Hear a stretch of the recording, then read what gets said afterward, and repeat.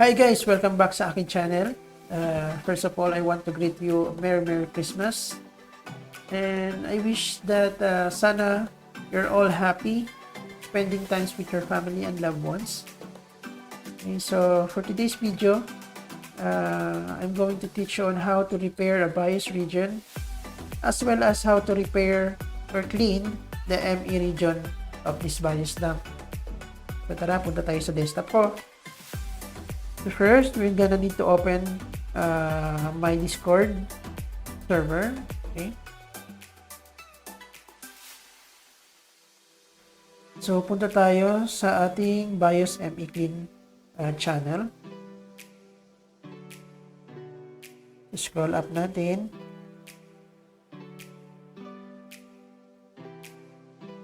So this guy, we will need help him to fix his BIOS files. So he has ASUS laptop. The model number is the ROG GL752VW, and he is requesting for repair, BIOS repair and the clean ME region. Okay. So unang-una, ikakopy muna natin to ang model number ng kanyang laptop. Then after that, we're gonna need to download his original files.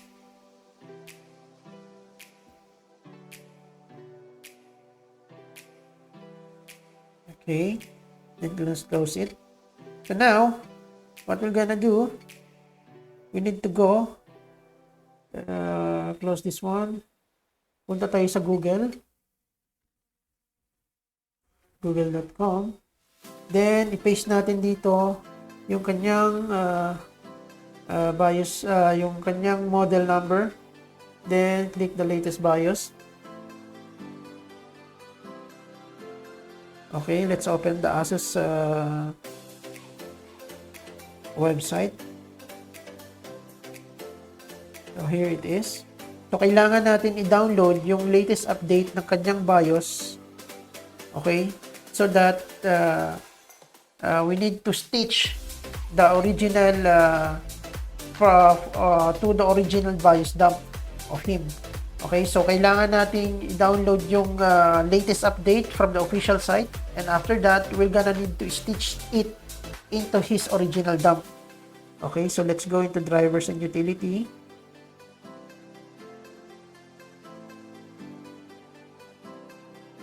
Then go to BIOS firmware. So as you can see, meron siyang tatlong BIOS updates. So kukunin natin yung pinaka-latest, which is this one, is the 303. So let's download it.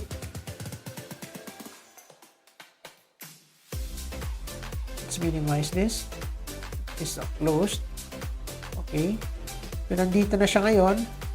So andito yung from the official site, and andito yung kanyang original BIOS dump. So, ilagay natin siya sa isang folder. Pangalanan natin pangalan ng ating kaibigan. So, let's drag it and put it in the folder. Let's open the folder. And after that, all you have to do is you just need to extract it. Extract the files here. Okay, so now, tapos na. Nakuha na natin yung files niya. So, hindi na natin to kailangan. So, pwede na natin siyang i-delete. Okay? Pwede na natin siyang i-delete. So, now, nakuha na natin yung files niya. What we need to do is to open this original dump. But first, we need to rename it so that we will not be confused. Para hindi tayo malito, kailangan natin i-rename ito. Original dump. Okay? So, after that, we need to open the original dump using BP check. What is BP check? This BP check is allowing you or telling you where is the starting and ending of the offset of the region. So, like for example dito, So, yung BIOS region is yung starting niya ng offset niya is ito. And yung end niya is dito. Okay, so what we're gonna do, we need to copy this one, Control C. Then after that, we need to open our original dump as well as the official, from the official site. Okay? Kasi, hahanapin natin dito kung saan yung starting ng BIOS region niya. So, punta tayo dito sa original dump niya. Let's press Control G, then paste. Ito, yung BIOS, yung starting niya. Okay, then press OK. Then after that, dadalhin niya kayo doon sa starting ng BIOS region. So here it is. So what we're gonna need to do is to copy this one. Just copy it. And we need to go in our official site files. Then after that, we need to Control F to find, then click the hex value, then Control V to paste, then press all, then press OK. So as you can see, andito yung starting ng BIOS dump niya. So ano yung dapat natin gawin? Click here, dito sa taas, then go up, go back from the top. Then Control Shift, then click left click to copy all. Okay. Then after that, press delete. Kasi hindi natin to kailangan. Okay. So after that, press OK. So andito na yung BIOS region niya. So what we're gonna need to do is we need to save it.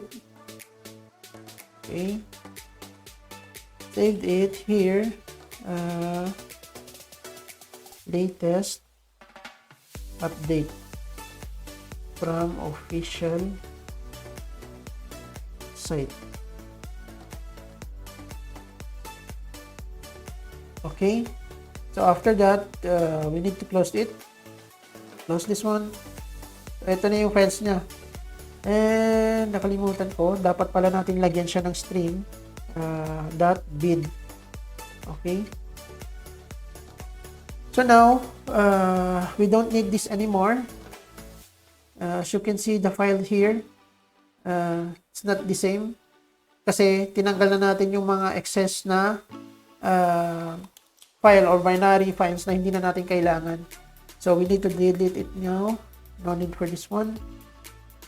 Okay, so what's left now is our original dump and also the latest update from the official site. Okay. So what we're gonna need to do is we need to open the original dump using our UEFI tool. Okay. After opening it, open the Intel, open the BIOS. We need to save the second padding. You need to save the second padding. Okay. Extract as is. Then we're gonna need to rename this is the second padding. Okay.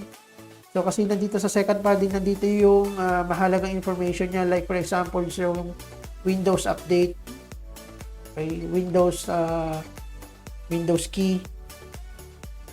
So kailangan natin i-save yun. Okay, so now let's replace this. So in order to replace the BIOS image, what we need to do is right click and click replace. And after that, kunin natin yung latest update from the official site. Then press open. Then lalabas dito. Sinasabi dito, yung BIOS, ito yung old na dapat i-remove. Ito naman yung bago na i-replace niya. Okay? So, file, click save. Okay? Latest update from official site.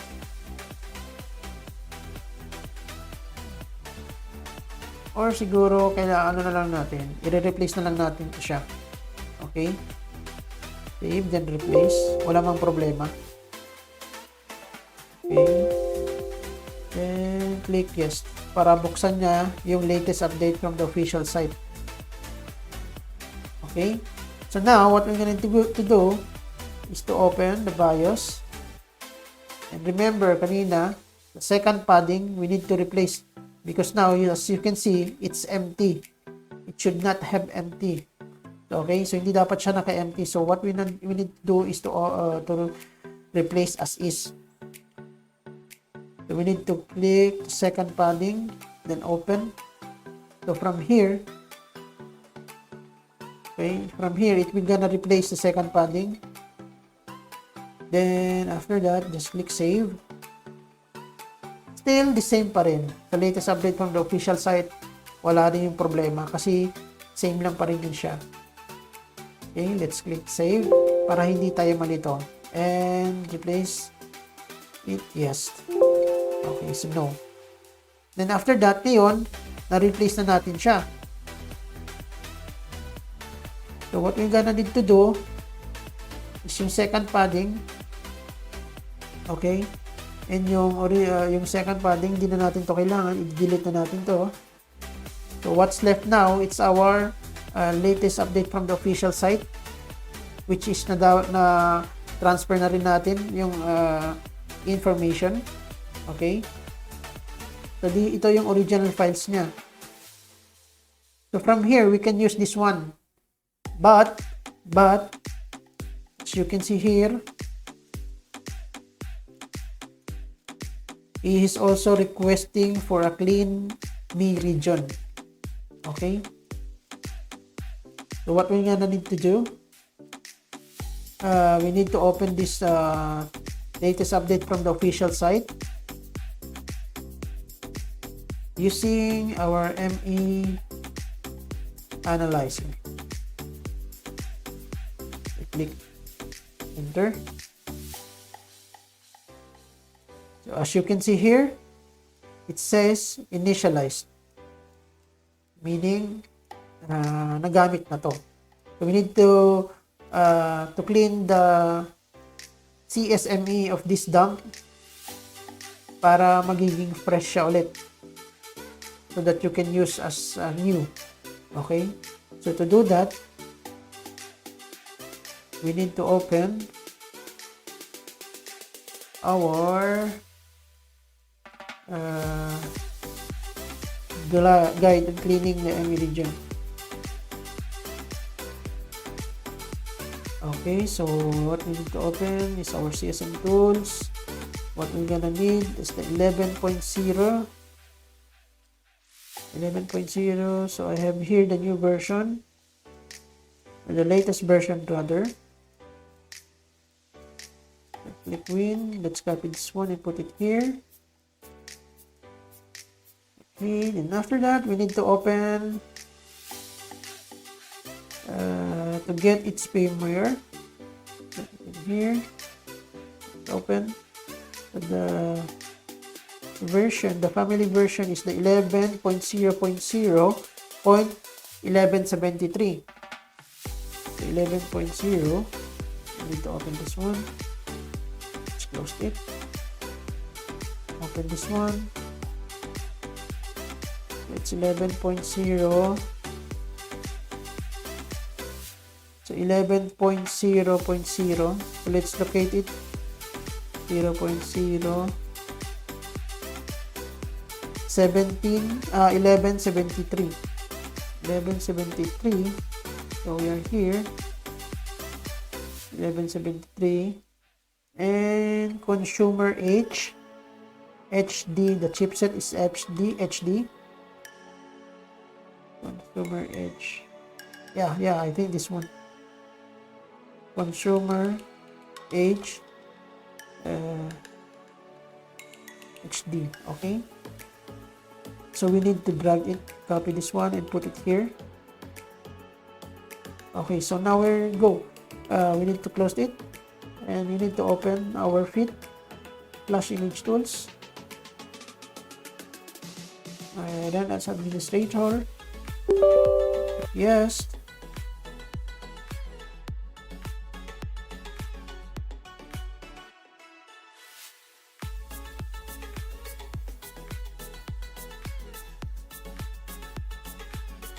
Okay. We're here now, so let's open the files. Let's open the latest update from the official site because ito yung ni-repair natin at ito yung kailangan i-clean natin ng ME region, hindi yung original dump niya kanina. Okay, so let's open this one.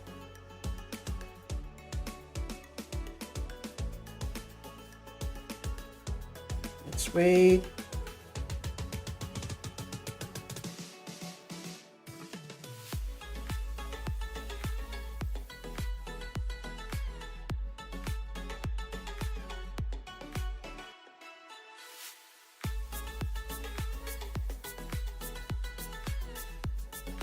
Okay, now we need to go and build settings.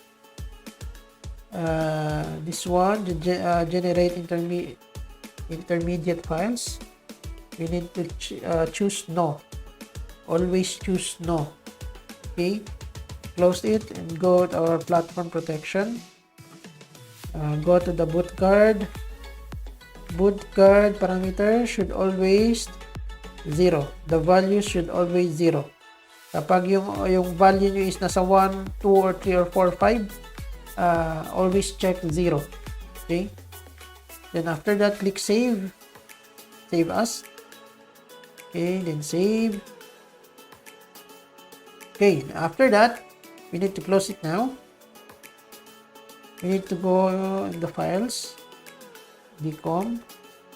We need to copy this. Just copy the name. Okay, after that, go back. So here we need to rename it to ME region. After renaming it to ME region, let's cut it, Control X.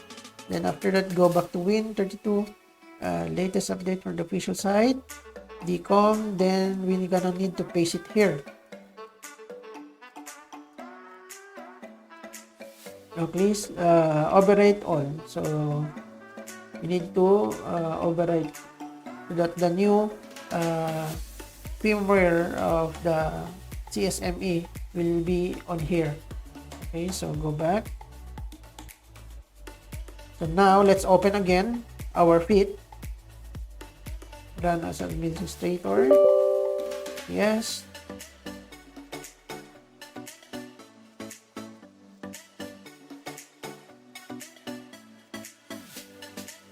Let's wait again. We're here now. Now, we need to open the files that we created. So this one, untitled. Okay, so let's open it. Let's wait.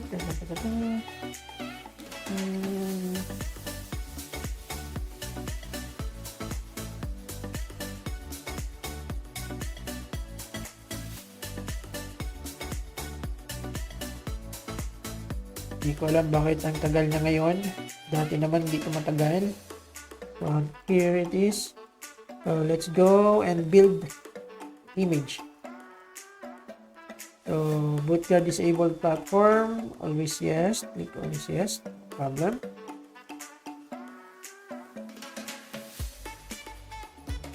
So here it is now. So let's close this one. No, discard. No need. Okay, so here it is, the out image. Control X. I'm gonna paste it here. Okay, so this is our latest update. Gonna the latest update without cleaning the ME region, the CSME region. And this one, the out image, this is the latest update from the official site with clean CSME region. So we're gonna need to official site and clean CSME region.